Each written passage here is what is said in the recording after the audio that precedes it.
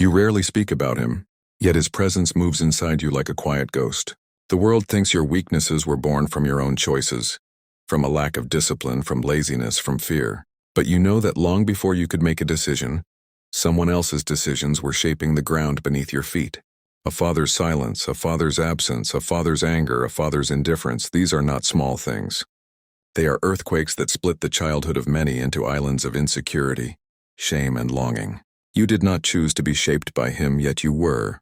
His words, sharp or missing, became the first language you learned about yourself. If he called you weak, you believed it. If he never protected you, you assumed you were not worth protecting. If he left, you assumed you were not worth staying for. If he stayed but emotionally vanished, you learned that love is a promise with no weight. Pain that arrives early does not leave easily. Childhood makes everything sacred, even wounds.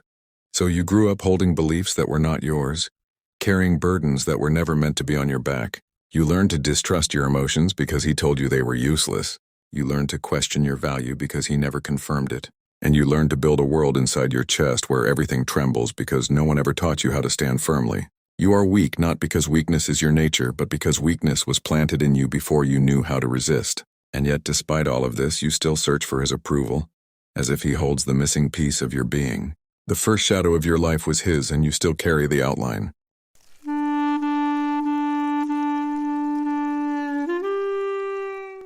The world talks often about the inheritance of wealth, land, and legacy, but it rarely talks about the inheritance of emotional fractures.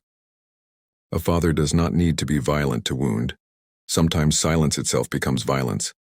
Sometimes the absence of affirmation is louder than any shout. You inherited things you never signed for. Fear of failure, fear of authority, fear of taking up space. These fears cling to your decisions, shaping how you love, how you work, even how you breathe. You learn to walk softly, not because the world is fragile, but because he taught you the world is dangerous. You learn to apologize for existing because he made you feel like a burden. You learn to hide your tears because he taught you emotions are weaknesses, even though his own wounds leaked through every gesture he made. In this strange unspoken inheritance, you were taught to survive, not to live. You became hyper-aware, scanning every room for threat, reading every face for disappointment, anticipating judgment before it arrives. It is the psychology of a child who grew up never knowing when love would shift into coldness. And inside you, there is still a small child waiting for him to do the one thing he never did. Look you in the eyes and say, "I'm proud of you. You're enough." But he never said it. So you grew up chasing versions of him in other people, teachers, lovers, mentors, strangers online.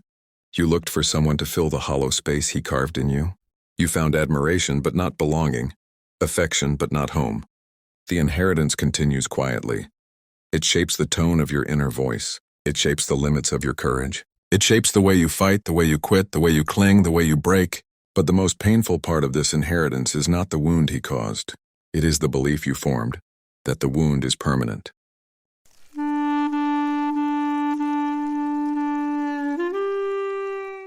One day, without planning, you catch yourself repeating him. Sometimes in anger, sometimes in silence. Sometimes in the way you distance yourself from those who love you.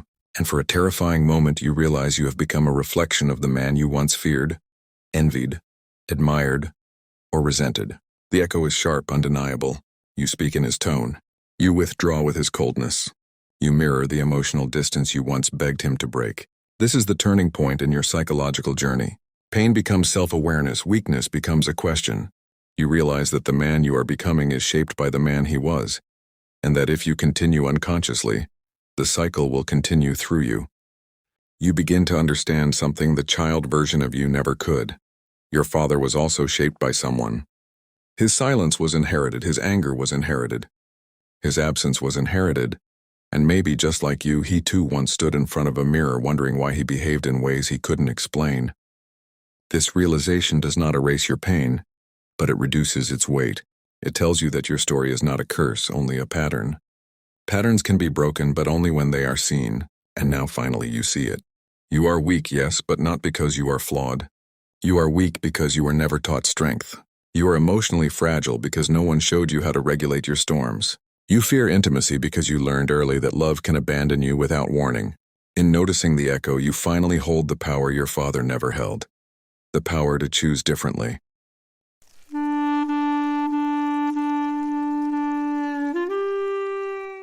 Healing does not begin with forgiveness. It begins with recognition, acceptance, and responsibility. Not responsibility for what happened, but for what happens next. You cannot rewrite the childhood that shaped you, but you can rewrite the adulthood you walk toward. And the truth is simple, painful, liberating. You must become the father you never had. You must speak to yourself with the gentleness he never used. You must protect yourself with the strength he never offered. You must nurture the dreams he never encouraged. You must validate the emotions he dismissed. You must build the safety he failed to create. In psychology, they call this reparenting, but in life it feels like reclaiming your soul. You are no longer the child waiting for him to show up. You are the adult arriving for yourself day after day. Your weakness begins to shift. It becomes awareness, maturity, emotional intelligence. You start noticing the moments when old wounds try to guide your decisions, and you refuse to let them steer. You learn to love without fear. You learn to fail without shame. You learn to stand without trembling, and slowly, so slowly you barely notice it, you transform. The father wound becomes the father wisdom. The weakness becomes resilience. The darkness becomes depth. You are not condemned by your father's shortcomings. You were shaped by them, yes, but you are not bound to them. You can break the story. You can choose a different ending. And in doing so, you become something extraordinary. The first strong man in a lineage of wounded men. You were weak because of your father, and you will be strong because of yourself.